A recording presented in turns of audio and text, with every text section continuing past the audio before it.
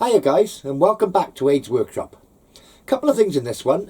First of all, and most importantly, it's going to be the conclusion to the compound slide replacement block. So we're going to do a little mini project whilst using the new replacement block, and we'll get some impressions of how that's going. So I've had to order a few bits and bobs for this new little project, and I'll show you what it is. So yeah, the new project's going to be in relation to height adjustment on the tool holders. Now most of you will know that I've got on my common tools that I use all the time, 45-degree tool, general turning tool, I've got fixed height stops, which I know they were machined to suit the tool. When they drop into the tool post, that's it, they're done. There's no worry of them coming loose or going out of adjustment, anything like that. But it does keep these as purely dedicated, and I just dropped my knurling tool over, keep these as dedicated tool holders, and there's no reason why I should have to change the one on the knurling tool, because it's always going to be a knurling tool, so we'll rule that one out. But generally speaking, I want to have an adjustable height on the tool holders.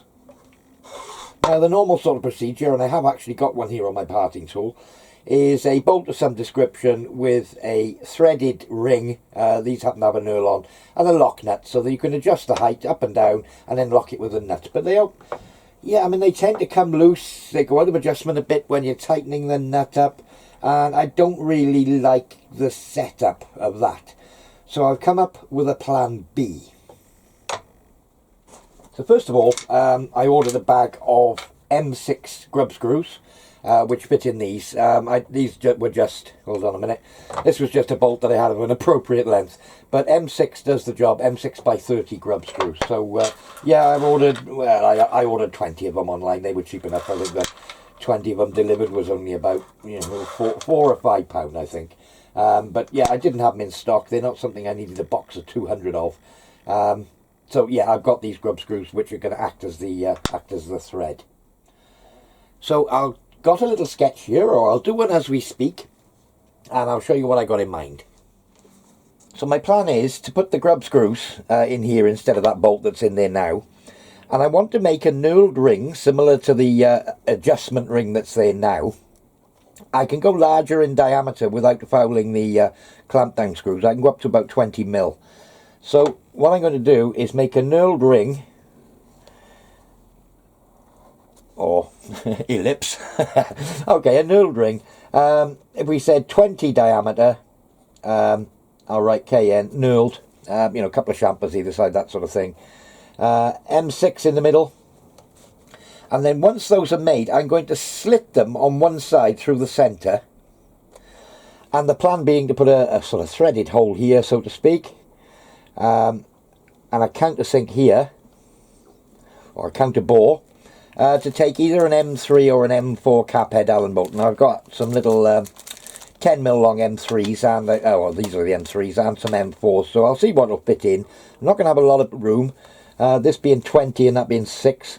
I'm going to have that there in total is going to be like 7mm, yeah? Yes, 7mm, that distance. I think the heads on the little M4s are bigger than 7. There might end up being M3s in there, just so that I can get them countersunk in. But that's the plan. And the idea being that when you tighten up the Allen bolt in here, it closes up the slit in the part, which tightens up on the thread, and basically becomes a lock nut. So yeah, I just got to loosen the screw, and adjust it where I want it to, and tighten the screw. And I think it'll work probably better than this idea, which always seems to move a bit when you're tightening up the nut on the top, and then, you know, they work their way loose because you can't really have a go at them. So yeah, that's my thinking anyway. So what I'm going to do is use this exercise of making some of these, which is parting off, knurling, all that sort of stuff, turning, to do a quick demonstration of how the new compound slide replacement block is working out. Right. I'm out of breath after that lot now. But yeah, there's the plan. We'll get on with it, and I'll show you making these spacers. So yeah, the compound slide replacement block all up and in its place. I've got my normal sort of carbide turning tools up here. And I got a piece of, now, I didn't actually look, but I know it's sort of 20-ish. 19.85 bar. I'm going to take a scratch pass over the top of that. So it'll be like 19.5 finish, something like that. You will notice that I've given the lathe, well, I gave the whole lathe a thorough clean after using the, after all the machining of cast iron that I've been doing. Yeah, I don't like to leave any cast iron on the lathe if possible, so it's all had a real good flush down. I've done a little bit of turning since, but yeah, it all had a thorough cleaning after the machining of the cast iron. So yeah, it's nasty stuff, and I don't really want it on all my slideways and what have you, so it's had a real good clean. So, normal procedure, we've seen it all before. A piece of approximately 20mm bar. I'll just do a little facing cut off there.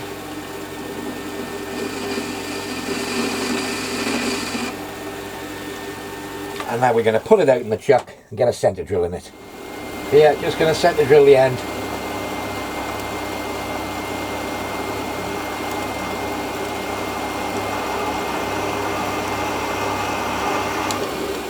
There we go. And change over to a centre, and then we can pull it out in the chuck a bit, and we'll have a bit of material to skim. Now the plan is to make several of these in one go. I think I'll start off with, you know, I'll do probably 5 or something like that as a first off. So that'll be a good test for the parting tool and what have you. So yeah, I think plan A, make. Yeah, let's just go for it. Come up with a number 5. So, where's my chuck key? I'll just pull this bit of bar out in the lathe. Something like that. If there's 5mm each, or 10mm each, I'm going to want 60mm. Easier with a rule. 60mm stuck out, plus what I want it. Yeah, I'm going to need a bit more than that. That should do me. Okay. So I think I'll bring you around the other side and we'll take a cut across this diameter just to clean up. Try that. I didn't mention it's actually stainless steel, this bar. Yeah, well, I've mentioned it now. It's yeah, sort of approximately 20mm stainless bar. I'm just taking a scratch pass over the top using a standard carbide insert. Once I've done this, I'm going to knurl it, which is pushing it, knurling on this lathe onto stainless, but it does work.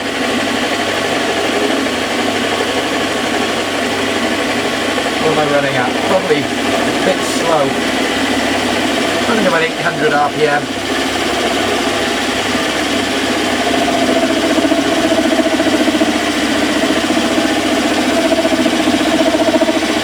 The bar is chattering, but the tool isn't.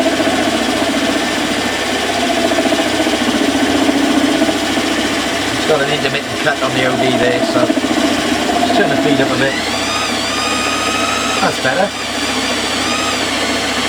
Yeah, I think it was going a bit slow for that carbide.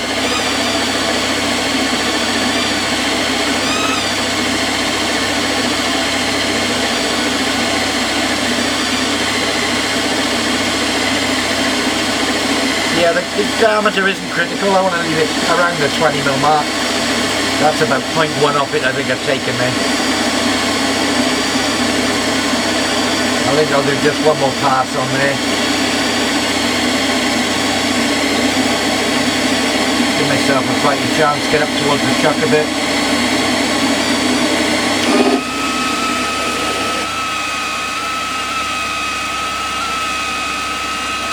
Okay. I'll bring you around the other side, you can get a better view.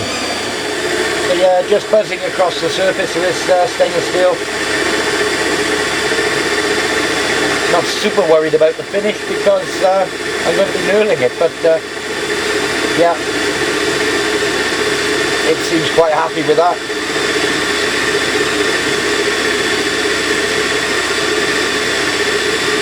It does actually leave a very good finish.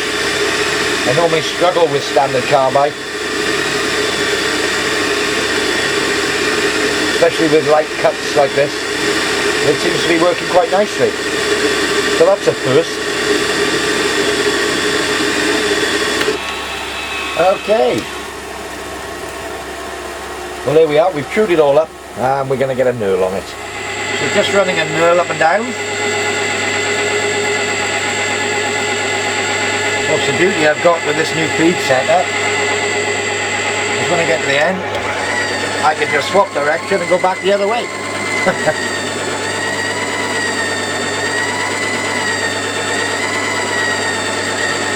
So that's one pass across the top. Probably go a little faster.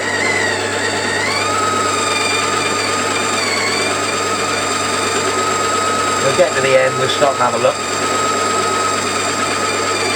I'd say that first pass has probably gone probably half depth on the knurl perhaps. We'll have another look. It's gone a brass colour because the last thing I was using with the knurler was brass, and the wheels have got a bit of a coating of brass on them, and that's transferred across to the stainless, so it looks like brass coated stainless. I'll just come back to the end.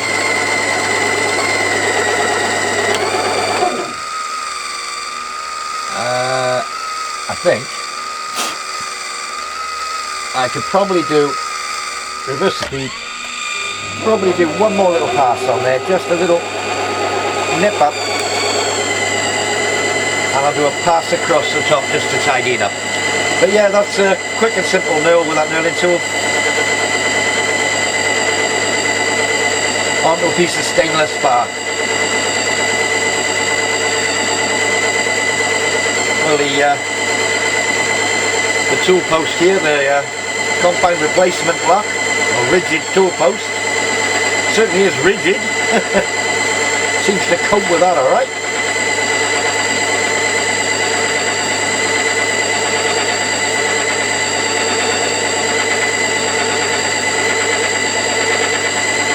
Yeah, and I put a bit of lubricating oil on the part. Not cutting oil or anything, just lubricating oil. We're nearly at the end. And back the other way.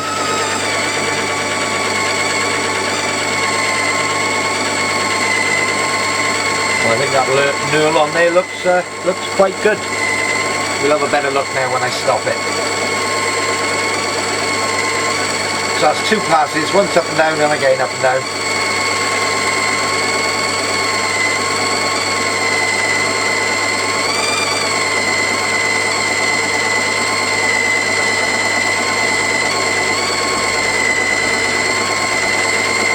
Nearly there.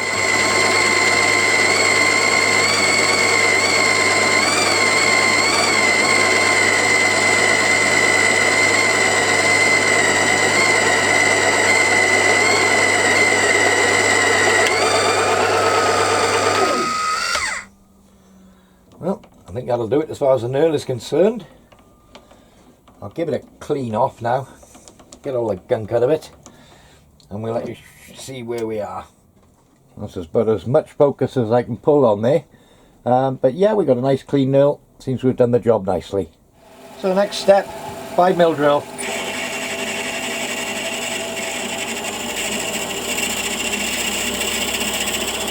Ready to take the M6 tap. So I'll probably do this in, I don't know, drill it probably 25-30mm deep at a time. And as I cut them off, I'll be drilling them again and retapping and what have you.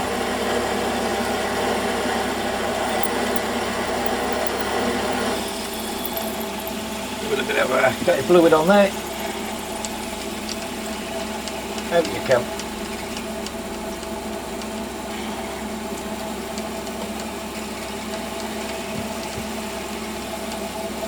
You get the general idea. So it'll be in with a tap next, and then back up to the centre and look at parting the first one off. So I'll bring you back when we get to that stage. So just winding the tap in by hand. I've gone in the length of the flutes and I'll just bring it out into power. So that'll be more than the thread in there for the first part. So back up with the centre and we'll look at parting it off. So I've just put my first groove in to a depth. Decided on a 10mm thickness. Well, that tool is, the tool is 1.5mm wide. So if I index across 10.5, 11.5, where are we? 11.5 on my DRO. And yeah, let's just see how it parts. It'll be a bit intermittent as it goes through the knurl.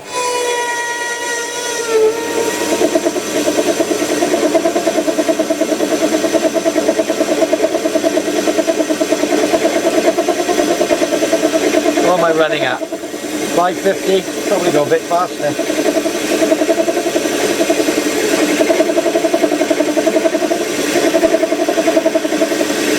So we go down to there. Index across another 11.5, which would be 23. There.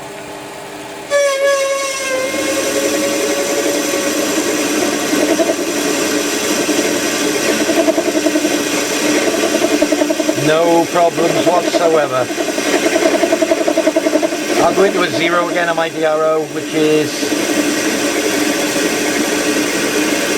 there. 23 and 11 and a half, 34 and a half. Yep.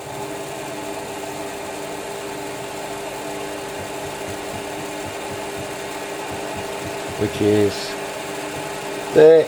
Getting closer to the chuck now, so.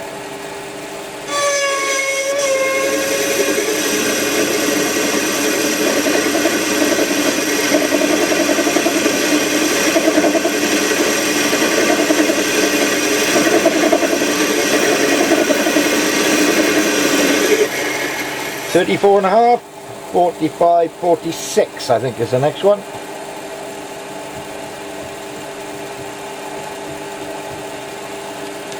There we go.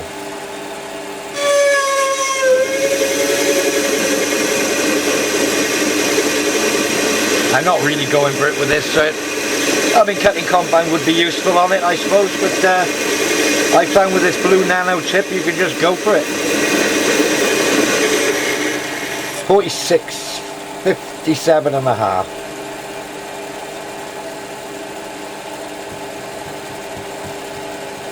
There, look carriage, look I'm getting an extra one of here.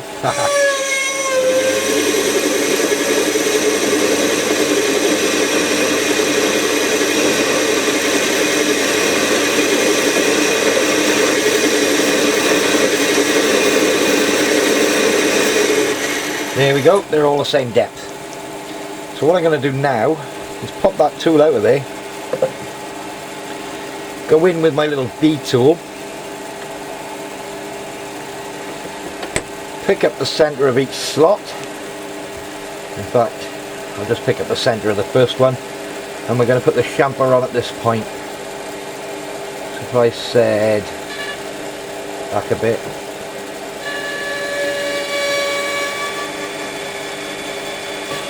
about there, centre, give myself a 0.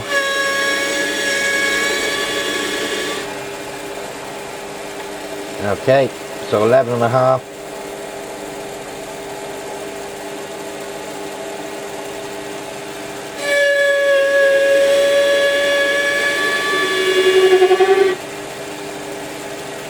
That'll be 23.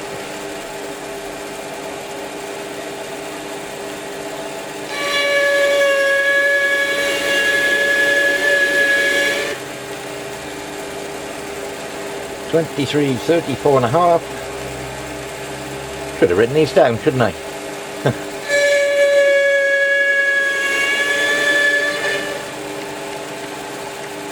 And so on and so forth. So just parted the first couple off. I just need to drill a bit deeper now. Tap it a bit deeper. And carry on parting them off.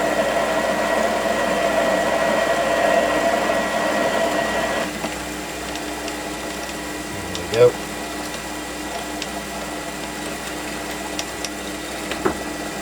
Wonder how brave I can be.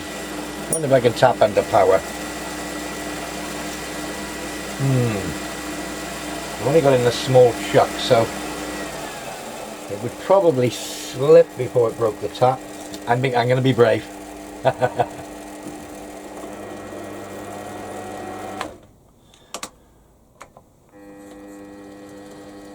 Power tapped. That was brave. At least I do know that it's a brand new tap in there, so wasn't as brave as it looked. Right, okay, so back 11.5. I didn't set a 0 on the end. Let's just pick up the gap. There we go. There's the gap. Oh. Go forwards helps. That's it. Probably shatter if I don't put the centre in. Yeah, I'm going to need to put the centre in. Not to worry. I suppose I could have parted off the length and put it up in the collet. And then just let's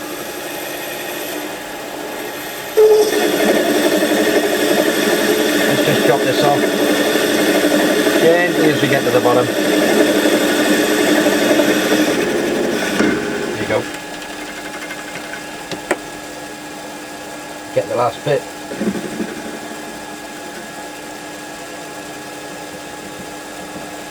There we go. And tap deeper. You get the picture. I'll keep going till I've chopped them all off. Well, the last two I'm closer to the chuck now. I can probably get away without the centre.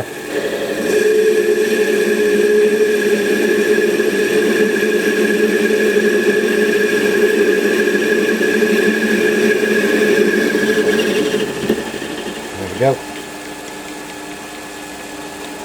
Yeah, so a little bit more tapping, a little bit more drilling, and the job will be done. See if I can do that in shot now, shall I? Bit of a burr on the end of it. Oh, I think I got it. The drill's starting to chuck a bit. I think it's in the sight, it's in the thread, it is. Oh, run out of quill travel. Bring my quill back a bit, there we are.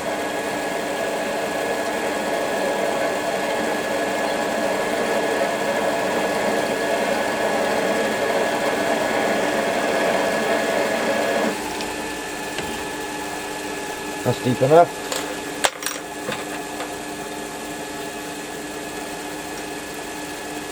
Back up with the tap. Get the cutting compound. Slow it down a bit. Reverse and back out again. Yeah, not sure if this last one will be any good. I think it's going to be throwing a bit. So let's just find this groove. I am going to face either side of these afterwards.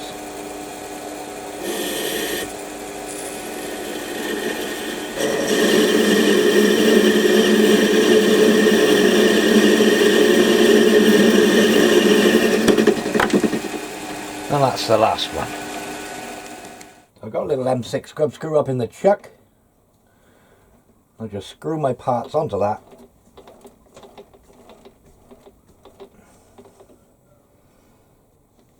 Just loosely tighten them up. Just get rid of that big burr off the front. With a little chamfer. And let's just see where we are.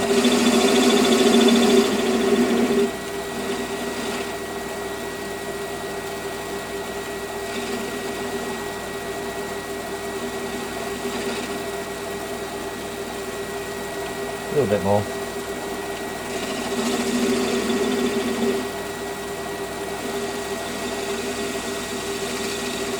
Nice gentle pacing cut across there. Wind that tool back out of my way.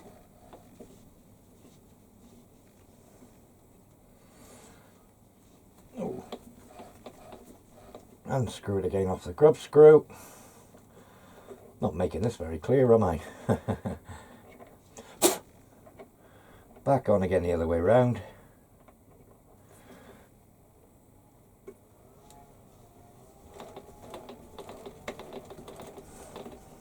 Got a bit of a dirt in that one, I think, perhaps. Tight as I can get it. I'm coming into a 0 on my DRO. so they all end up there. They all end up the same thickness. Just deburr that hole. And I'll probably have to run a tap through them afterwards again anyway, after I put the slit in them. But you can see the procedure, face both sides, countersink the hole, and I'll do that for all 6, or 5 it was going to be, but all 6 now. Do it for all 6 until they're all the same thickness. Now they're all the same thickness, the chamfers are varying a bit. So what I've done is just put them up, locked my 45-degree tool here, set a 0 there, just unscrew it again, put it on the other way round, again back against the face of the jaws. If I could get it started, there we go. There we go. And yeah, just winding into the same spot on everyone. There we go. And that'll keep all the chamfers the same to suit the new thickness. So, plan A is the old-fashioned way. So I need to make a decision now, M3 or M4. Well, there's the M4, and that would go down in through there somehow. The head looks a little big. The M3 looks about right. I'm going to do an M3 to start with, and if it works, it works. If there's not enough power in it or what have you, I could always put a relief slit in the back face, you know, like a flexure point to give it a bit of weakness, you know, a third of the way through, or 2/3, maybe half of the way through that wall. Yeah, we'll start with the M3 as a starting plan and see where we end up. But I think there should be more than enough strength in the M3. I mean, it's only got to lock the thread. It's not, you know, it's not going to be there for the, you know, for the duration, so to speak. So yeah, we'll start off with M3. So I think the first thing I'm going to do is put the milling slide up again and look at how we're going to do this. So before I take the block off to put the milling slide up, any conclusions? Well, if I was doing a very repetitive job, it would be brilliant, I think, and have the tooling all set up, swap from one tool to the next, take readings off the DRO, that sort of thing. So I basically got a tool magazine, that idea. It would be absolutely brilliant. If I got a lot of sort of heavy parting off to do, that sort of idea, again, it does seem a lot better for parting off. Don't get anything like the chatter, you can just go for it, you know, it's not finicky at all, you just, you know, you can part stuff off to your heart's content. So all in all, I'm very, very happy with it. I will be needing a lot more tool holders, that's something I'm going to address when I get the milling machine. So yeah, all in all, I'd say it's a good addition to the lathe. I'm not saying it's going to be on here all the time. If you're doing little one-offs and what have you, it's much more convenient to have the versatility of the compound slide. But for a production job where you've got, you know, 30 or 40 of something to do, all exactly the same, you can set yourself up a magazine of tooling, swap between tools, bang, bang, bang, and churn out jobs quickly. So that's its purpose, and for that, I'm sure it'll be absolutely brilliant. So that's enough about that. So I've got my vise all set up on a milling slide, and it's all square to the world. Right. First thing I need to do is know where the centre of the part's going to be, where the part's going to sit in here. I know the parts are 9.8mm wide. So if I just start at my wobble pin, well, this wobble pin is 2.5mm. So I'll just wind the vise back in this direction, a bit faster. Wait for the kick, and just easing across. There. I'll set a 0 on this axis. Let's just go back in, come back a bit. Let's just double check myself. Always like to do this twice.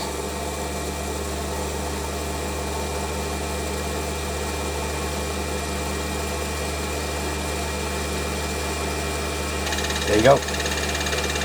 Yeah, 0 still on the arrow. Okay.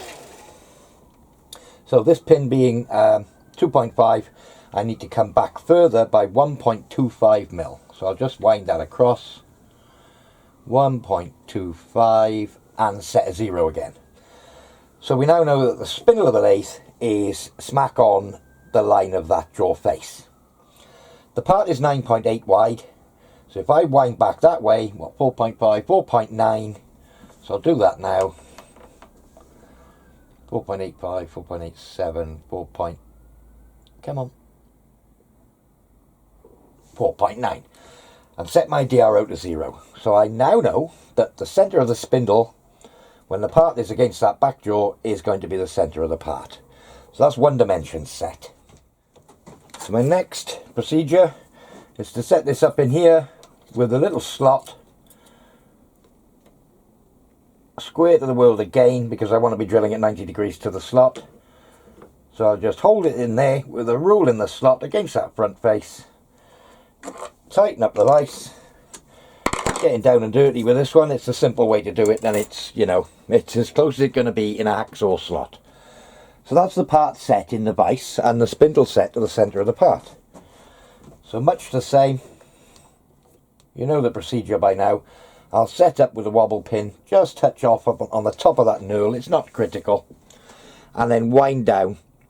It actually measures about 20 mil now, so I've got 7 mil wall, so I need to come down from touch off 3.5 mil plus 1.25, so 4.75 mil from touch off. I need to wind the slide up, the milling slide up by 4.75 mil. Did I say 4. Yes, 4.75 mil, and I'm at the point where I want to drill a hole. So I've just touched off on the top. Simplest way I find to do this is to measure in behind the slide here. I'll just zero my calipers, and then I'll wind up 4.75 mil. So I've got a 6 mil cutter, 6 mil solid carbide cutter in this case. Up in the chuck, everything's in position. And I'm just going to wind in until I'm just beyond the centre point of the cutter. I might get a bit of shaking and rattling, but I'm going to be very gentle with it. Probably run this a bit faster.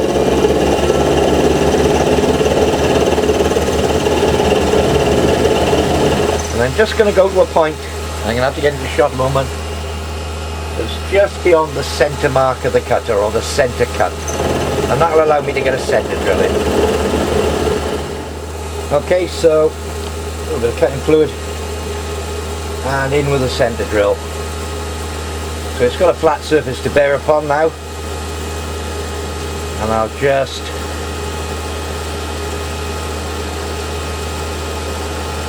gently put the centre drill in. And that'll take a lot of the load off that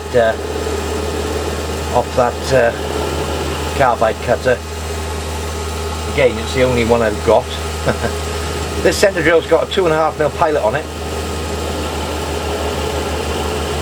and 2.5 mil is a tapping drill for 3 mil.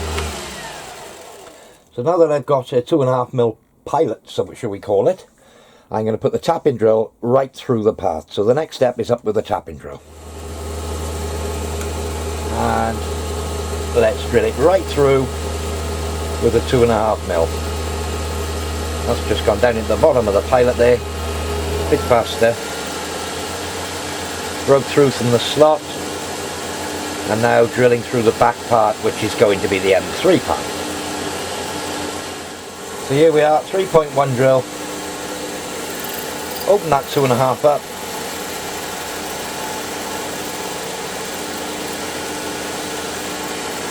And through the saw cut, and maybe just a little bit into the back face.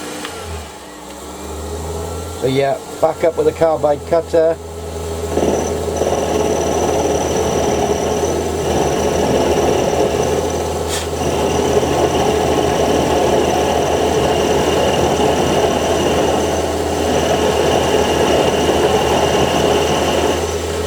Think. Just have a closer look at that. Yep, that will about do me. The final little job is to tap it right through M3. And boy, I don't like doing this. And you will notice that it's actually moved off centre a little. I don't know whether something jumped, or I didn't put my lock on my cross slide, so that perhaps that's what it was. But it's not quite in the centre. But for what it's doing, it's absolutely fine. So when I come to do further ones, I'll have a little look at that and see what happened. Ooh. Yes, I think this is a job best done without a camera on.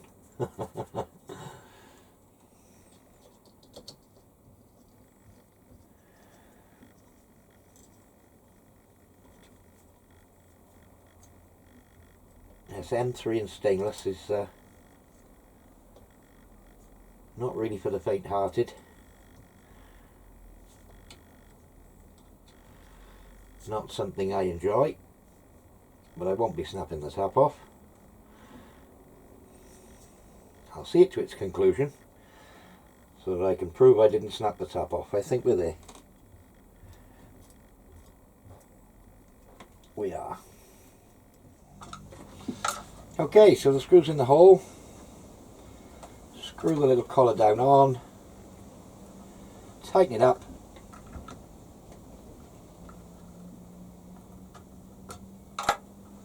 And it doesn't work. Oh well, let's all go up the pub. No, I had a feeling it wouldn't work. Why doesn't it clamp on there?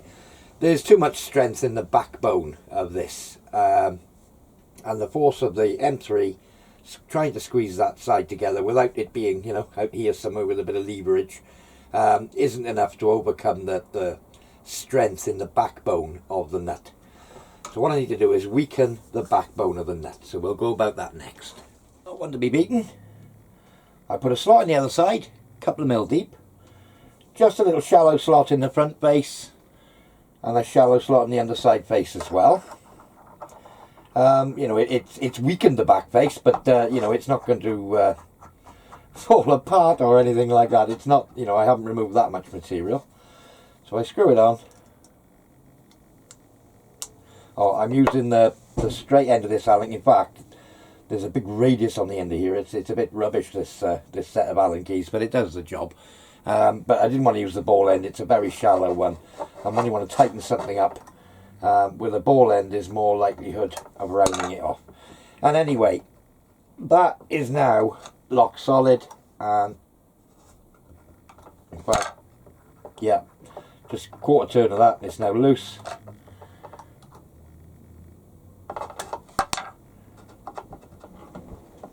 And now that is solid. So we have, other than the fact that that's not in the middle, and it's a bit of a botch with the saw cutting and what have you, because I've been making it up as I go along, I've proved the theory of it's going to work. So now all I need to do really is, for the further 5, do a better job on them than I did on this one. But at least I know where I'm heading now. Yeah, I mean, it works, but it's a faff. I don't like the little tiny M3 screw, even though it, you know, it does work and it does the job, and I'm sure it would be as fine as the design goes. And I'm not going to throw this one away. I mean, it does work. But I came up with plan B. So using the existing blanks, they screw on just as before. I've slit them this way, 3mm down, to a point about 2mm after the thread. And basically, now I've got the M4 screw in there. That reminds me, I've got to take a little bit off the bottom of it. And yeah, I mean, that is locked absolutely solid with the M4 screw offset on the one side. So it clamps down the 2 bits of thread, deforms the thread, and locks it off solid. So yeah, that's plan B. Simple to do. I put a groove in with a parting tool just to keep myself lined up. Hacksawed it down to, yeah, probably about a mil beyond the threads. Drilled it out, 4.1 and then 3.6, is it? No, 3.5, 3.3 I think it is, for the M4 tap. Tap the hole, put a little screw in, and that does the job perfectly. A lot less faff. And yeah, I think going forward, I think that's a better route. Doesn't look pretty as such, but then nor did Plan A. I suppose there's more work in Plan A. Maybe, I don't know which I prefer. They both work equally well. And I think this one better because it's got an M4 in, and I'd struggle to get an M4 in there instead of an M3. So yeah, I'm going to go with this design. And yeah, it just goes to show things can evolve as you go along. Anyway, I think this episode of Shed Talk, we've shown that the compound replacement block does its job, works fine for what I want it for, and I'm really happy with it. The little adjuster screws, I mean, there was a plan A, we gave it a whirl, we had a faff about with it, prototyped it up, shall we say, with one of them, and as it turned out, the other blanks will do fine for the plan B.